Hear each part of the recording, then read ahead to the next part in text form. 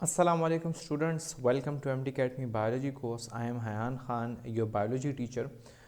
Today we are going to start chapter number 4 of your PMDC syllabus, and the learning objective we are going to discuss in this lecture is 4.1, which is compare the structure of a typical animal and plant cell. So let's get started. Basically हम cell के structure को पढ़ने वाले हैं, और cell के structure से पहले आप लोगों को जानना होगा कि सेल एक्चुअली है क्या। तो सेल वही टिपिकल डिफिनीशन है कि it is the structural and functional unit of the body. Structural का मतलब ये है कि जो आपकी बॉडी का जो स्ट्रक्चर बना हुआ है, आपकी बॉडी के अंदर ऑर्गन्स हैं, या आपकी बॉडी का अगर हम ओवरऑल स्ट्रक्चर ले लें, ये सब कुछ किसने बनाया है? सेल ने बनाया है। सेल ने पहले आप लोगों के पास सेल जब बहुत सारे मिल जाते हैं तो आप लोगों को पता है कि टिश्यू बनाते हैं, और फिर जब बहुत सारे टिश्यूज़ आपस में मिलते हैं तो वो आपस में ऑर्गन बनाते हैं। ऑर्गन से फिर जो है तो ऑर्गन का एक सिस्टम बनता है, और ऑर्गन सिस्टम के बाद जो है तो फिर जब बहुत सारे ऑर्गन सिस्टम्स एक साथ हो जाते हैं तो आपके पास एक पूरा का पूरा ह्यूमन बन जाता है। और फंक्शनल यूनिट भी है, क्योंकि अगर हम बेसिक लेवल पर चले जाएँ तो बॉडी के तमाम फंक्शंस सेल ही कर रहा है। So that's actually the definition. चूँकि हमसे प्लांट और एनिमल सेल के अंदर कंपैरिजन की बात की गई है, सो यहाँ पर हमारे पास एक प्लांट सेल है और एक हमारे पास एनिमल सेल है। ओके, जिस तरह हम अगर डायरेक्टली इसको देखें तो हमें पता चलता है कि जो एनिमल का सेल है वो हमारे पास ज़रा सर्कुलर है और इरेगुलर है, जबकि जो प्लांट का सेल है that is a bit rigid, और इसके अलावा जो है तो हमारे पास रेक्टेंगुलर शेप का है। और इसके अलावा अगर हम इसको देखें तो दोनों के न्यूक्लियसेस हमें नज़र आ रहे हैं, सही है, और दोनों की जो ऑर्गेनेलीज हैं वो हमें नज़र आ रही हैं। और ये चीज़ जब डिस्टिंक्टिवली आपको किसी सेल के अंदर नज़र आती हैं, so that cell is actually eukaryotic cell. So हम ये कह सकते हैं कि both of these cells are eukaryotic because they have a distinct nucleus, सही है, और that nucleus is bounded by a membrane. इसके अलावा जो ऑर्गेनेलीज हैं those are also bounded by a membrane. Eukaryotic और प्रोकैरियोटिक सेल की कंपैरिजन हम इंशाल्लाह इस चैप्टर के लास्ट में करेंगे। अभी आप लोगों को सिर्फ इतना समझ आ जानी चाहिए कि eukaryotic cells have a membrane bounded nucleus and a membrane bounded organelles, जो कि दोनों में हैं। सो दोनों और both of them are eukaryotic cells, and eukaryotic cell का एक टिपिकल स्ट्रक्चर होता है। सो वो क्या है structure of a typical eukaryotic cell? आपको 4 कंपोनेंट जो है तो वो हर यूकैरियोटिक सेल के अंदर होंगी, सही है। What are these? सबसे पहले आपके पास एक न्यूक्लियस होगा, उसके बाद आप लोगों के पास साइटोप्लाज्म होगा, उसके बाद उसका एक सेल मेम्ब्रेन होगा, जो सेल है वो एक मेम्ब्रेन उसके इर्द गिर्द होगा, और जो चौथी चीज़ है वो सिर्फ और सिर्फ प्लांट्स तक महदूद है, and that is a cell wall. यानी प्लांट्स में के सूरत में सेल वॉल होगा, एनिमल के सूरत में सेल वॉल नहीं होगा। पहली डिफरेंस तो आपको यहीं से पता लगे।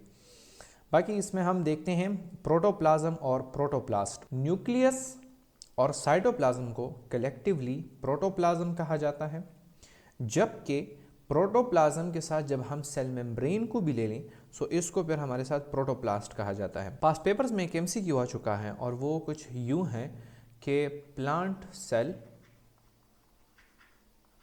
विदाउट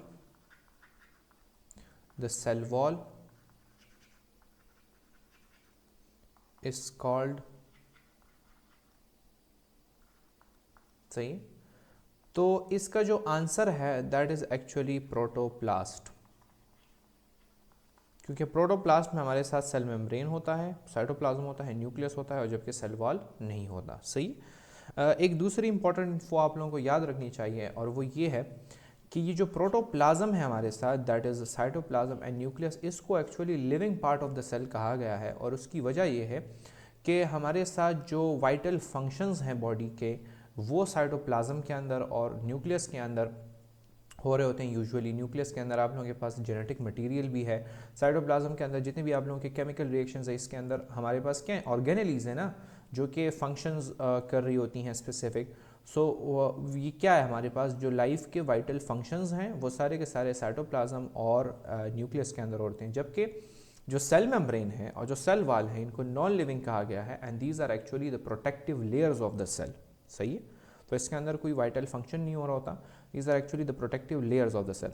सो ये जो थी सिमिलैरिटीज़, एक डिफरेंस मैंने आप लोगों को कहा है, और दोनों यूकैरियोटिक सेल्स हैं। अब जाते हैं कि सेल, प्लांट सेल और एनिमल सेल के अंदर जो डिफरेंसेस हैं वो क्या है। ये टेबल आप लोगों को याद रखना है। और सबसे पहले इसमें है सेल वॉल। एनिमल सेल के अंदर एब्सेंट होता है, प्लांट सेल के अंदर प्रेजेंट होता है, और किस चीज़ से बना होता है, सेलुलोज से बना होता है। शेप की बात कहें तो जो एनिमल सेल है वो राउंड होता है और कभी कभार इरेगुलर भी हो सकता है, सही। जबकि जो प्लांट सेल है तो वो रेक्टेंगुलर होगा और फिक्स्ड होगा, सही है, इरेगुलर शेप का वो नहीं होगा। क्लोरोप्लास्ट्स, चूँकि हमारे पास जो प्लांट सेल्स हैं वो ऑटोट्रॉफिक हैं, यानी प्लांट अपना खुराक खुद बनाते हैं, तो वो फोटोसिंथेसिस का प्रोसेस करते हैं, और फोटोसिंथेसिस के लिए उनको चाहिए होता है एक organelle, and that is chloroplast. तो प्लांट सेल के अंदर वो प्रेजेंट होगी। एनिमल सेल के अंदर क्लोरोप्लास्ट प्रेजेंट नहीं होगा, because animal cells are heterotrophic, they do not produce their own food. Vacuole की बात करें तो एनिमल सेल के अंदर स्मॉल और टेम्पररी वैक्यूल्स होंगे। यहाँ पर आप लोगों को दिख रहे हैं ना, दीज आर द वैक्यूल्स, सही है। सो ये वैक्यूल क्या है, ये हमारे पास स्मॉल है, ये देखो छोटे छोटे वैक्यूल्स हैं। जबकि जो एनिमल सेल का वैक्यूल है वो एक है और लार्ज है और सेंट्रली प्रेजेंट होता है, ओके। जैसे लार्ज एंड सेंट्रल वैक्यूल होता है। सेंट्रियोल्स की हम बात करें तो वो एनिमल सेल के अंदर भी प्रेजेंट होते हैं और लोअर प्लांट्स के अंदर भी प्रेजेंट होते हैं, लेकिन मेच्योर प्लांट्स के अंदर सेंट्रियोल्स आपको नहीं मिलेंगे। फिर यहाँ पर एक सवाल पैदा होता है कि अगर मेच्योर प्लांट्स के अंदर सेंट्रियोल्स नहीं हैं तो वो डिवीजन किस तरह करते हैं। तो मेच्योर प्लांट्स के अंदर हमारे पास माइक्रोट्यूब्यूल्स होते हैं, सही है, और वो माइक्रोट्यूब्यूल्स जो है तो सेंट्रियोल्स के विदाउट द सेंट्रियोल्स जो है तो हमारे साथ सेल डिवीजन्स कर रहे होते हैं, ओके। प्लास्टिड्स, वही क्लोरोप्लास्ट वाली बात है कि एनिमल के अंदर एब्सेंट हैं, जबकि प्लांट के अंदर क्लोरोप्लास्ट भी है। ल्यूकोप्लास्ट रूट्स में होता है, स्टोरेज के लिए इस्तेमाल किया जाता है। क्रोमोप्लास्ट कलर के लिए इस्तेमाल किया जाता है, जो आप लोगों को कलरफुल फ्लावर्स नज़र आ रहे होते हैं, these are actually because of the chromoplast.